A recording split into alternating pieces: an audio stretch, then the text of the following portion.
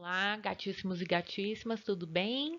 Como eu havia prometido a vocês, aqui vai a aula de revisão sobre o parnasianismo e eu inicio com essa caixinha, talvez um porta-joias, tá? Bem requintado, cheio de detalhes, né? Muito bem feito. A gente consegue perceber que ele é feito de um metal precioso, talvez prata, talvez ouro, não dá para saber, mas repleto de pedras preciosas cravejadas, tem uma pérola no topo, detalhes muito delicados na peça. Provavelmente quem produziu essa peça teve muito trabalho, né? Demorou dias, teve que suar para que essa peça saísse tão linda assim.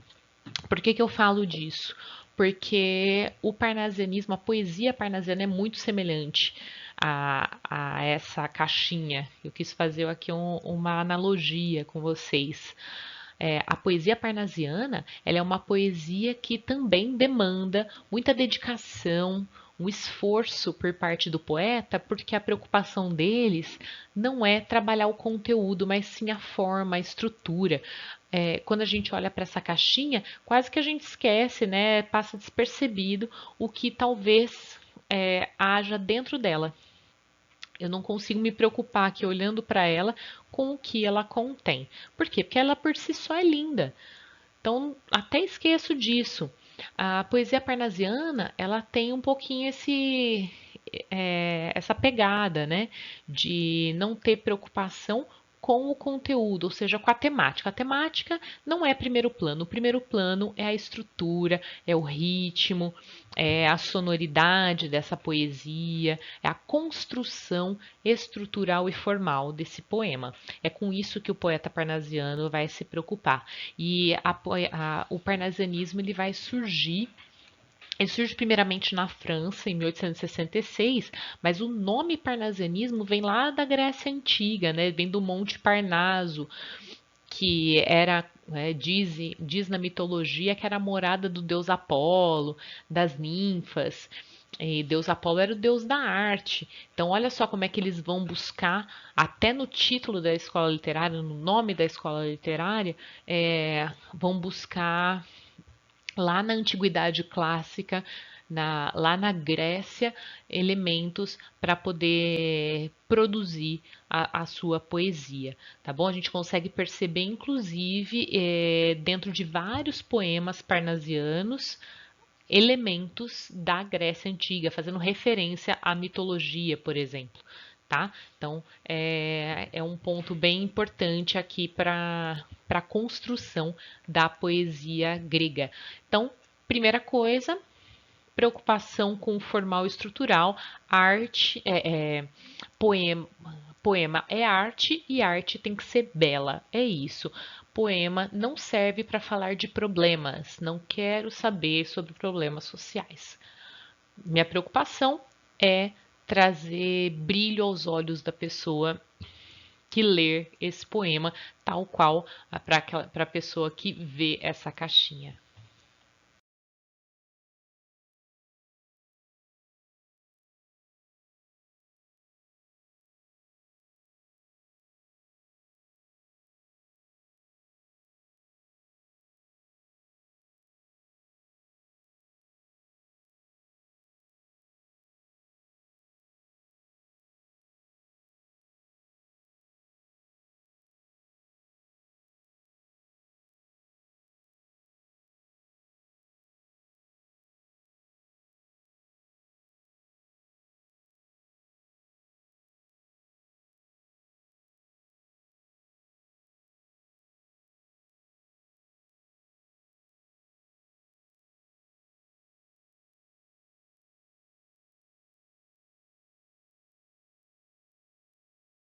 Vocês se lembram que em aula a gente conversou, acho que nós abrimos até a aula do parnasianismo com o mito de Pigmalião e Galateia, que o Pigmalião, então, ele não queria se casar, achava as mulheres imperfeitas, e aí fez uma estátua em mármore que era para ele, aos olhos dele, perfeita, lindíssima, e ele se apaixona por ela. Então, é uma metáfora aqui do que o poeta parnasiano também, a relação que ele tem com o seu poema. Ele também se apaixona pelo seu poema quando vê aquela obra, né, quando finaliza a obra e ela está impecável e perfeita.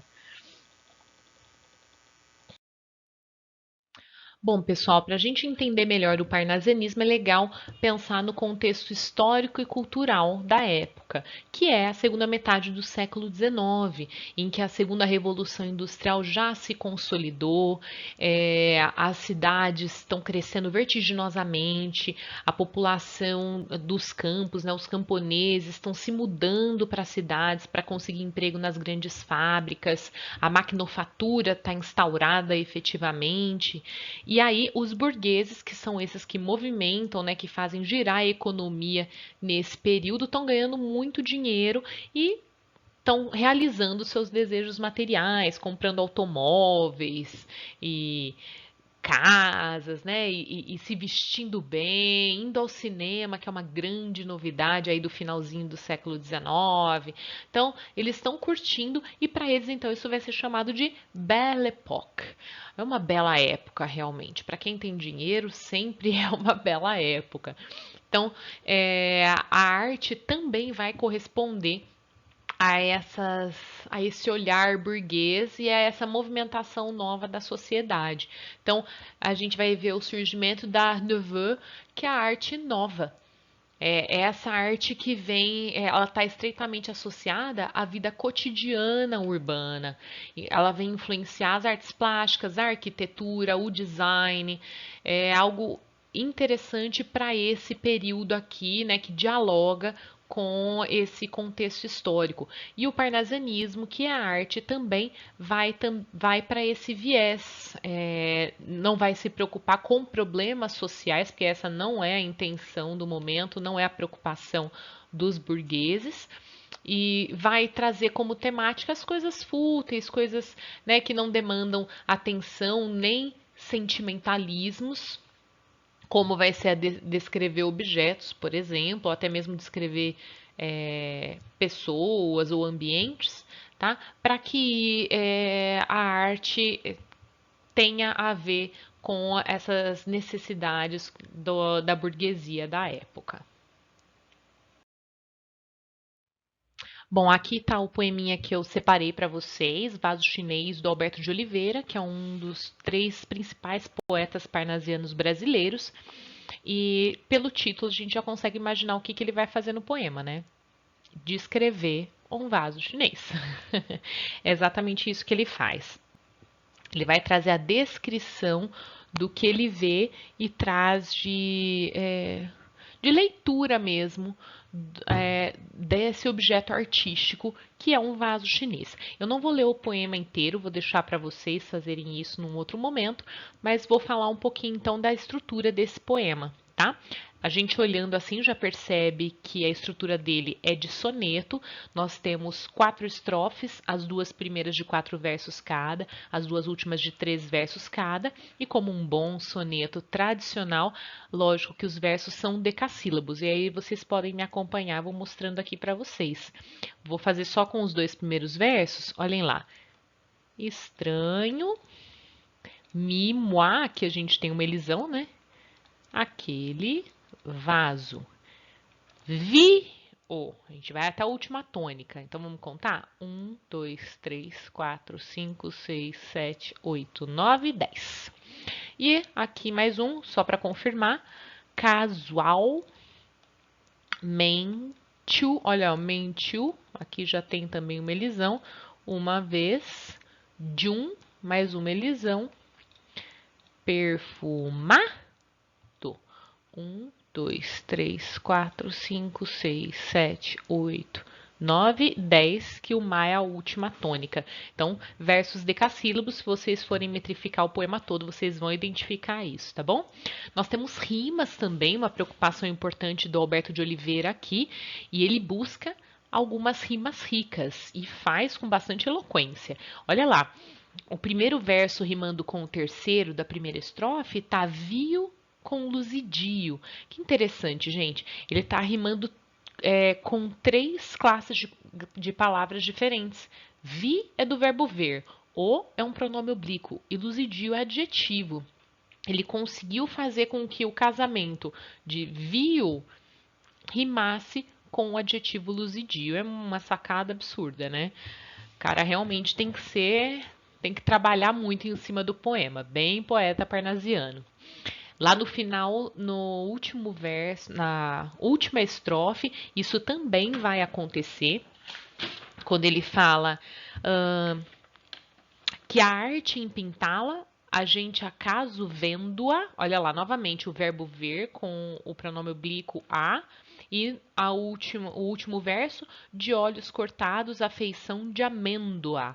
E amêndoa que é o substantivo. Então, isso é rimar rica, é você rimar palavras que sejam de classes gramaticais diferentes, porque isso é mais difícil e, aos olhos dos poetas parnasianos, enaltece o poema, deixa o mais bonito. Olha lá, a arte pela arte.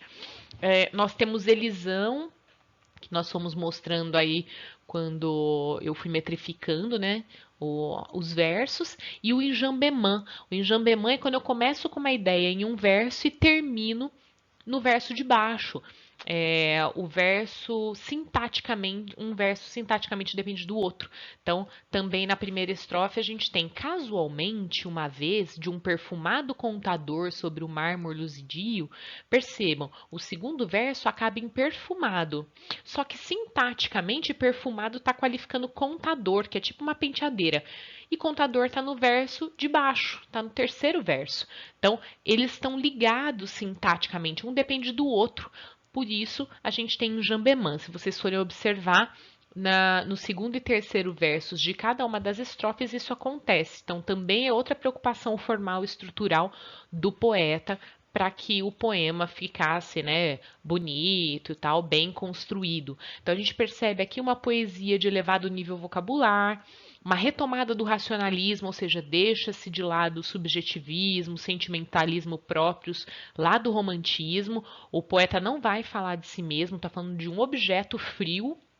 E o objetivo principal, então, que eles enxergam da arte, então poesia é arte, é que ela não deve tratar de problemas sociais e problemas humanos, mas sim alcançar a perfeição, que essa é a pedra de toque do parnasianismo, para haver uma predominância, então, havendo então uma predominância de elementos descritivos ao invés de elementos narrativos dentro do poema. Então, a gente vê um rigor formal muito maior, tá? Também tem a presença de hipérbatos aqui, que é a inversão sintática, o que é mais difícil de fazer e deixa mais erudito o poema. Se a gente for observar ali a terceira estrofe, está dizendo assim, olha: quem o sabe? De um velho mandarim também lá estava a singular figura. Aqui a gente tem a elisão, que é o segundo com o terceiro verso, mas eu só consigo perceber isso quando eu inverto, eu tiro esse hipérbato e coloco os versos, né, a ideia toda na ordem correta. Porque se eu disser assim, olha, também lá estava a singular figura de um velho mandarim, olha como é que ficou muito mais fácil de entender. Essa seria a ordem direta, mas ele faz a inversão, o Alberto Oliveira faz a inversão para deixar mais requintado o poema, e aí então existe o enjambemã, um verso dependendo do outro, tá joia? E o parnasianismo no Brasil, ele vai se iniciar, como eu tinha comentado no início com vocês, em 1882, com o livro de poemas do Teófilo Dias chamado Fanfarras. Mas o Teófilo Dias não teve, né, a visibilidade que a tríade parnasiana teve, então, Alberto de Oliveira, Raimundo Correia e Olavo Bilac, certo? Esse foi um resumão, espero que tenha ajudado vocês, que vocês tenham gostado. Um beijo, até mais!